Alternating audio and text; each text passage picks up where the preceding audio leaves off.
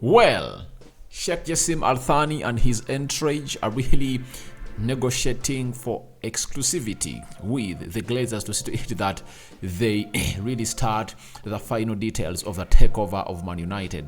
This story was really broken by the Reuters.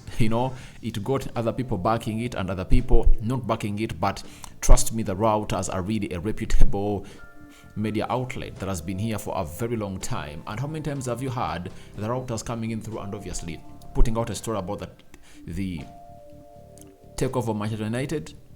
Can I hear you again? They rarely go ahead and obviously do this stuff, and it shows you that there is something important into this that we need to go ahead and really look at, because here on this channel we are really objective. We'll bring you sources that show Sir Jim Ratcliffe is leading. We get you another source that indicate Sheikh Jassim Al Thani is leading, and obviously even those sources that really insinuate that the Glazers are going to retain the club of Man United. Rock and David is my name, and let's get into what the Reuters put up that obviously put very many people into a very, very chaotic situation. They said Man United is negotiating granting exclusivity to the consortium led by Sheikh Jassim Al Thani bin Ahmad Al Thani in the talks to sell itself for more than $6 billion. $6 billion. The Qatari offer is currently viewed as the Glazers favorably, that a bid from Sir Jim Ratcliffe won't compete. So that means that the Sheikh Jassim Al Thani have gone ahead to reach a certain level to ask for exclusivity, for these two remaining weeks. This is it, that everything is really panned out. Now we are on to the level at which we found ourselves in a situation of getting into the know of what the exclusivity is all about. Now, in the final level of the bid, the two bidders can really reach an extent and really talk to the person who is really going to sell to really call for what we call exclusivity negotiations. What does that mean?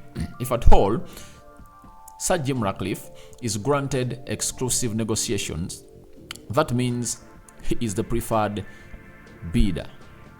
You understand? So if Sheikh Jassim Al Thani is granted that, he's the preferred bidder. That is it. So as it stands for now, things are really at a level where Sheikh Jassim Al Thani is negotiating for exclusivity to see to it that he sits with the Glazers, and obviously he's the only one into negotiations to really tell the Glazers that I want this to get out of the way. I'm giving you such and such money. So the Glazers are afraid of that exclusivity because they believe maybe Sheikh Jassim Al Thani wants to use it to capitalize and go ahead and obviously put the Glazers into a corner and tell them, I'm not adding you more money. I think the Glazers are pushing to get in more money. That's why they talked to the president of PSG to talk to Sheikh Jassim Al Thani to see to it that he adds on more money on his bid. That was like a month ago, and that's when that third bid came in through. That was too heavy not to be accepted by the Glazers. But the Glazers are stubborn. They are looking for a £6 billion buyout of Man United, and that's why they want, meaning that they are willing to really sell the club of Manchester United. Then the Reuters told us that Man United would not be allowed to negotiate with any bidder other than Sheikh Jassim Al Thani for the exclusivity period. It could not be learned how this period may last. The situation remains fluid, and a new bidder from Ratcliffe could prevent Qataris from securing exclusivity. Now, the reason as to why they are calling in for exclusivity is for fear of another bidder to come in through and obviously put in a bid to really prevent the Qataris from securing the club of Man United. So what they are calling in for is really known, and you'll also understand that it's something that you need to go all out and really follow up in a very exclusive manner, because the Qataris really want this. In the business world, when you are given an exclusive period, you can sit down negotiating in peace, not knowing that no one else is going to come in and intervene. So that's the level at which Sheikh Jassim Al Thani has gone ahead to put this to, and I understand that it's always great to really get them into this level, but that shows you the command and the power that they're having into this. And the shares of United skyrocketed from 23% to 26%, and it was all about a 10% up. So it shows you how important the story of the Reuters really is, and how people see the Reuters in the business sense, because Reuters is a very good source, that has business knowledge. When you look at them and Bloomberg, even Bloomberg has gone ahead and really put out its story that is favoring the Qataris to take over Man United. But Jacobs Ben has gone ahead and really put out a story that most of you need to go ahead and really listen to, that he has contacted the people responsible, and they've gone ahead and really told him that there are firm denials from those close to the Man United sale that any group will be guaranteed exclusivity despite reports 9-2 Foundation negotiating for it. Neither 9-2 Foundation or Ineos are expected to be given exclusivity. Now, you hear stories coming in from Jacobs Bain that no exclusivity is going to be given to any of the two, and if at all it's to be given, obviously it's going to be given to both of them. So you really don't downplay his sources, because he's the same man who has always gone ahead to tell us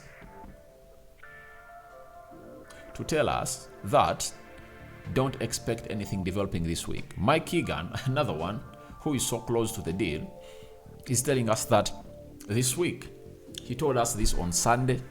Again, he has found himself tweeting it today that this week things are really going to be resolved by Man United. So it shows you that the information is really colliding, and I understand this plays well in the hands of the Glazers, because they want to confuse all people. But this comes all after the 9-2 Holding UK company has been really incorporated by the registrar of the UK.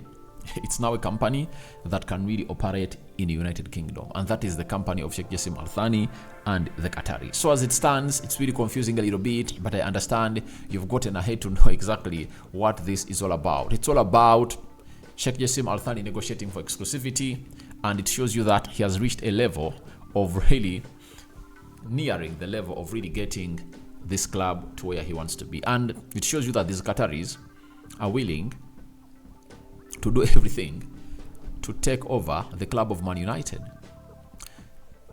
However much he put in a bid, and he said that it's the last bid that he's putting in, I think was just trying to squeeze the Glazers to say to it that they really try to think of the time they've gone ahead while negotiating this deal.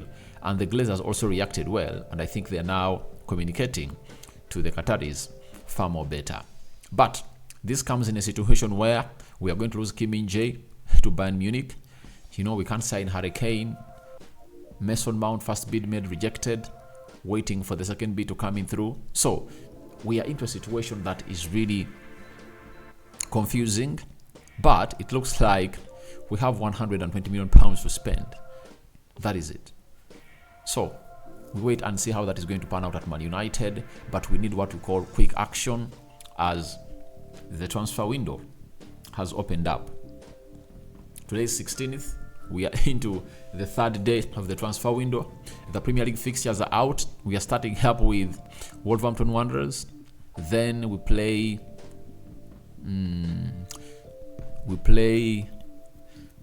Tottenham away from home. I think Bournemouth comes next in the month of August. It's something that you would always want to say to it that by the time we start the preseason, we get in the players and get ready for those games, as I believe if Ten Hag is backed, we can easily come in through and try to really not participate but compete into the league to win this trophy. So guys, thank you very much for watching through. Tell me your thoughts about Sheikh Jassim exclusivity negotiations and what you think about them as he's negotiating for that. Jacobs Ben playing it down, but obviously I really value the Reuters at all I really value the information of the Reuters with a lot of credibility, because that's what they are all about. So I sign out for now. See you later. See you in the morning as we bring you the latest information as far as this side of United is concerned. I cover you all in the precious blood of Jesus Christ. May the living true God protect you abundantly. Me out. Ciao ciao, and Muslims, Juma Karim.